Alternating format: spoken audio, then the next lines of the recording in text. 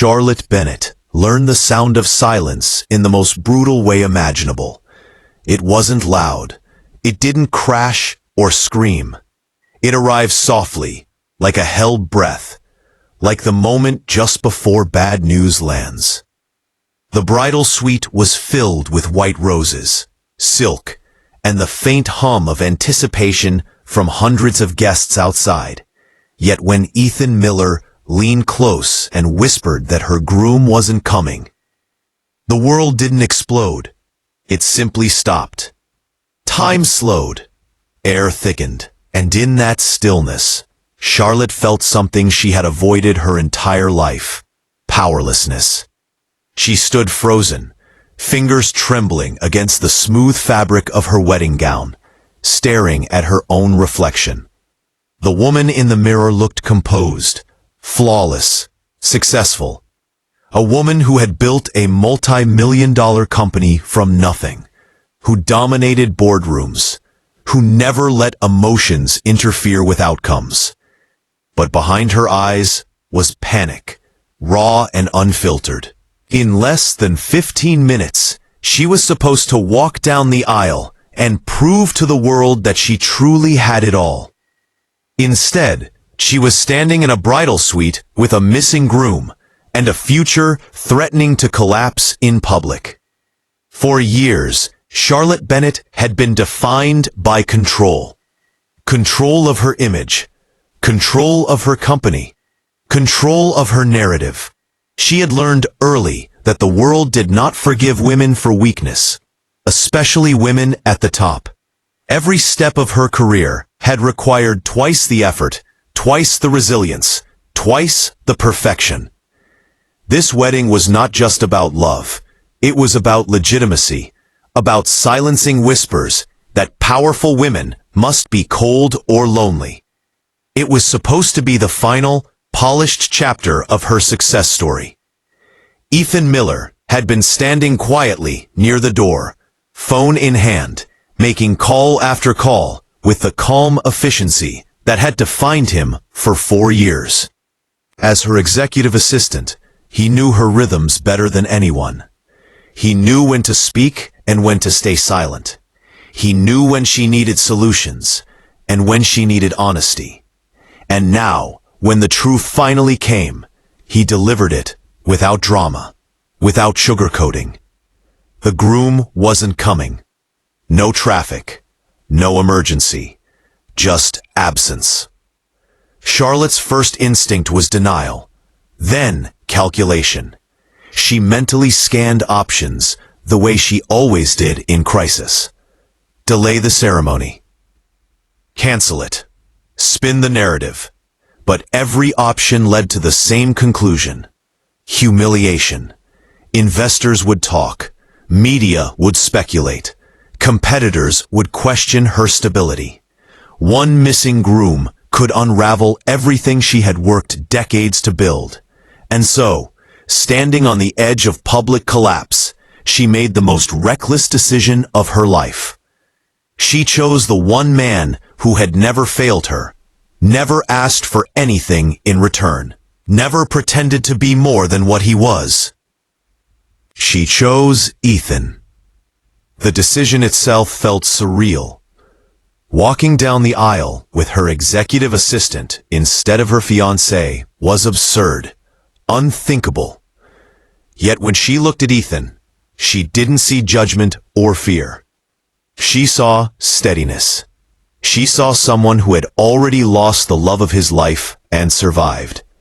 Someone who understood pain, who knew what it meant to keep moving, even when everything inside you wanted to stop. When the doors opened and the music swelled, Charlotte felt every eye on her. 300 guests rose to their feet. Cameras flashed. Whispers rippled through the crowd. She walked forward with her head high, arm linked with Ethan's, performing the role she had mastered: composure under pressure. Inside, her heart was breaking, but she didn't let it show. She had built her entire life on the ability to endure. The ceremony unfolded like a dream, she hadn't agreed to be part of. Words about love and commitment floated through the air, hollow, yet heavy.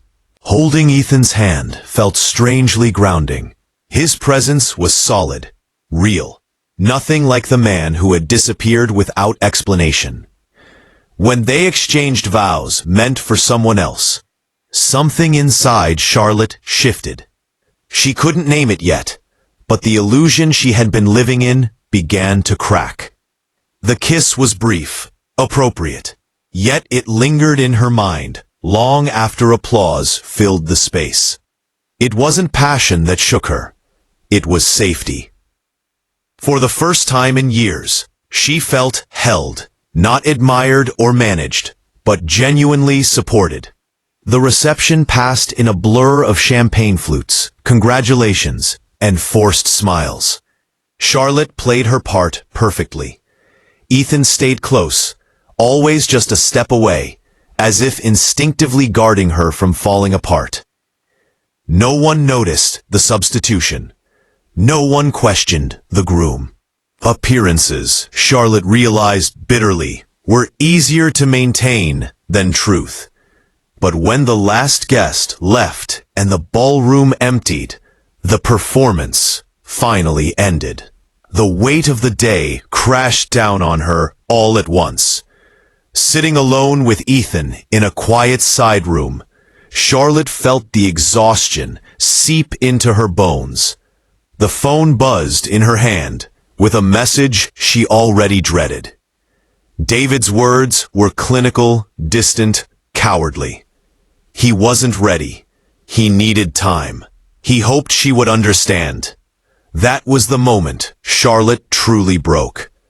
All day, she had been strong. She had endured humiliation, wrapped in silk and smiles. But now, faced with the reality that the man she had planned her future around couldn't even show up to face her, the tears came freely.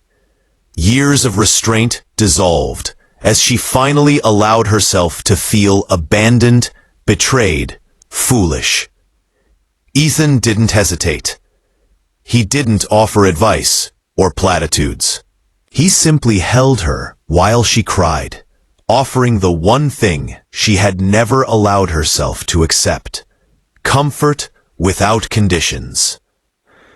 In that quiet room, surrounded by the remnants of a perfect wedding built on a lie, Charlotte confronted a truth she had long ignored.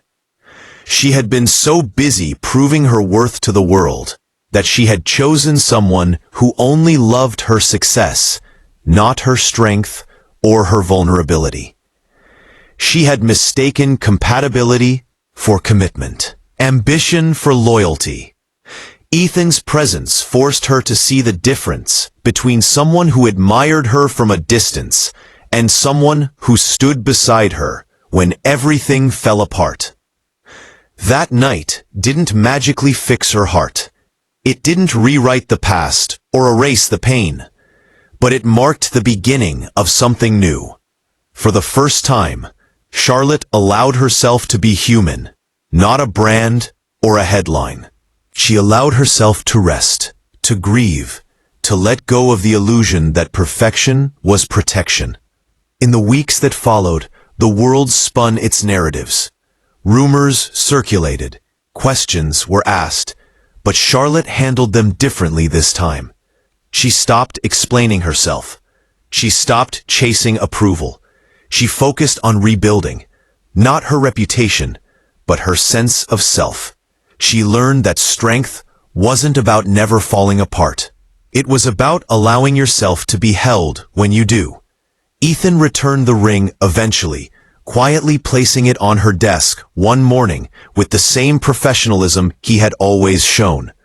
But something between them had changed. There was honesty now, mutual respect, unspoken understanding. No grand declarations, no rushed romance. Just two people who had seen each other at their most vulnerable and chosen kindness over convenience. Charlotte Bennett didn't lose everything that day. She lost an illusion, and in its place, She gained clarity, resilience, and the courage to redefine success on her own terms. Because sometimes, the most devastating moments are not the end of your story. They are the turning point. The moment when the mask falls, the truth emerges, and you finally begin to live. Not for appearances, not for applause, but for yourself.